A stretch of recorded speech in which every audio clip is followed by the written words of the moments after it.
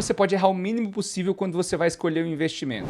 Essa é uma pergunta muito comum que as pessoas me fazem, seja no Instagram, aqui no YouTube e também nas minhas mentorias. E eu tenho uma resposta muito simples. Existe um processo para que você erre o mínimo na escolha dos investimentos. Eu sou o Vitor e eu criei esse canal para te ajudar a tomar decisões financeiras mais inteligentes. Quero que você tenha mais bom senso com o seu dinheiro. Antes que você imagine que eu vá falar que você tem que olhar a rentabilidade dos últimos 4 anos, 5 anos, ou que você tem que olhar qual é o produto que tem a menor taxa, eu não vou falar nada disso. Por isso, já se inscreve no canal e já deixa o like, porque eu vou compartilhar um processo muito simples e muito fácil para te ajudar a investir de forma muito mais profissional. Eu divido esse processo em 3 partes muito simples. E a primeira delas é: defina quais são os seus objetivos com o dinheiro primeiro.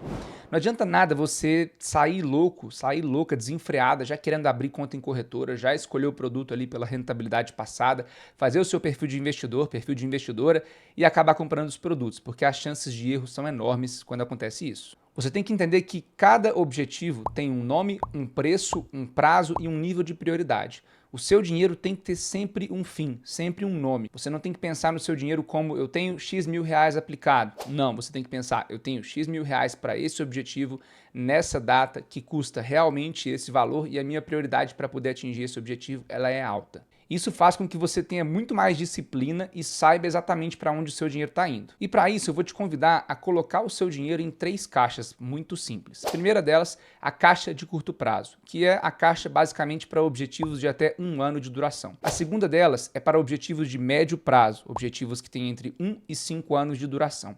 E a terceira para objetivos de longo prazo, com um período maior do que 5 anos. Definido isso, a gente passa para a segunda etapa, que é definir qual é a sua alocação ideal de investimentos. O que é uma alocação de investimentos? Significa dizer o quanto você vai colocar em determinadas estratégias. Eu não estou falando aqui de produtos ainda, eu estou falando de estratégias, ou seja, você precisa entender o quanto você vai colocar em renda fixa, o quanto você vai colocar em renda variável, o quanto você vai colocar em bolsa e assim sucessivamente. Só que tem um jeito muito mais fácil de você definir essa alocação, ou seja, os percentuais, e essa definição é muito baseada nos objetivos que você tem. Por isso que eu falei ali atrás a importância que você tem que dar para definir os objetivos primeiro. Eu vou te mostrar na prática agora qual seria um exemplo de uma carteira de investimentos pensando em renda fixa, renda variável, multimercados, bolsa, etc. Cada uma dessas 3 caixas que a gente definiu nos objetivos. Então aqui o intuito é a gente trabalhar exemplos práticos para você poder montar esse quebra-cabeça de acordo com seus objetivos. Quando a gente fala de um objetivo de curto prazo, eu acredito ser muito mais relevante que você tenha 100% do seu capital alocado em renda fixa. Quando a gente fala em objetivos de médio e de longo prazo, a gente já pode diversificar. Então aqui nesse exemplo,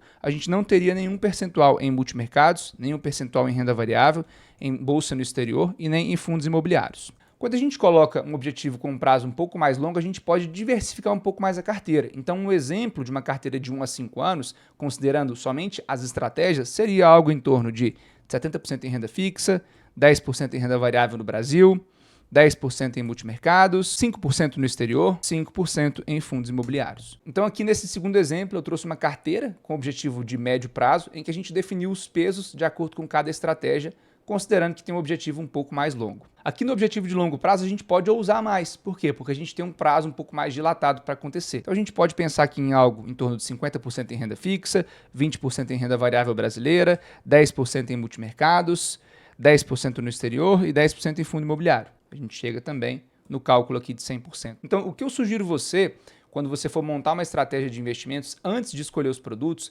faça esse exercício. Coloca diferentes classes aqui, eu trouxe 5 exemplos, mas a gente poderia colocar aqui um outro caso que pode ser, vamos colocar previdência privada. Previdência privada é uma estratégia que funcionaria para objetivos aqui de curto prazo? Não, então aqui seria 0%.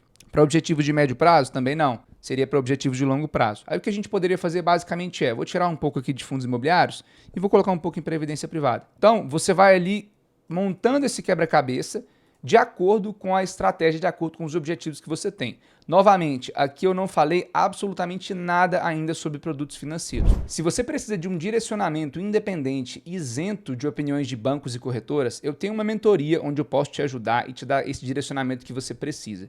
Nela, a gente monta o seu planejamento financeiro ideal, considerando os seus objetivos, montando a carteira que funcione para o seu momento de vida e para o seu perfil de risco. Se você tiver interesse, eu tenho o link aqui na descrição, basta você clicar que eu vou te chamar para a gente fazer uma primeira conversa gratuita para falar da sua carteira. E aí a gente parte para o terceiro terceiro processo dessa nossa tomada de decisão, que aí justamente a gente vai escolher quais são os investimentos. Mas percebe que a gente teve que fazer um duro exercício aqui para poder definir várias coisas antes? Quando a gente faz esse exercício, percebe que automaticamente a gente já elimina algumas estratégias. Olha só, se eu tenho um objetivo de curto prazo e eu já defini essa alocação aqui ideal, eu não tenho que ficar ocupando meu tempo em olhar para a bolsa, porque o meu objetivo é de curto prazo, eu tenho que focar em renda fixa. Aí é que eu vou escolher qual vai ser o produto, se vai ser um CDB, uma LCI, uma LCA, um fundo e assim sucessivamente. Então, essa definição de objetivos, ela te blinda, ela te protege de fazer coisas erradas com o seu dinheiro porque você fez o trabalho certo anteriormente. Aqui eu já posso abrir a minha cabeça para ter estratégia de renda variável. Então aqui eu posso escolher talvez se eu vou comprar uma ação,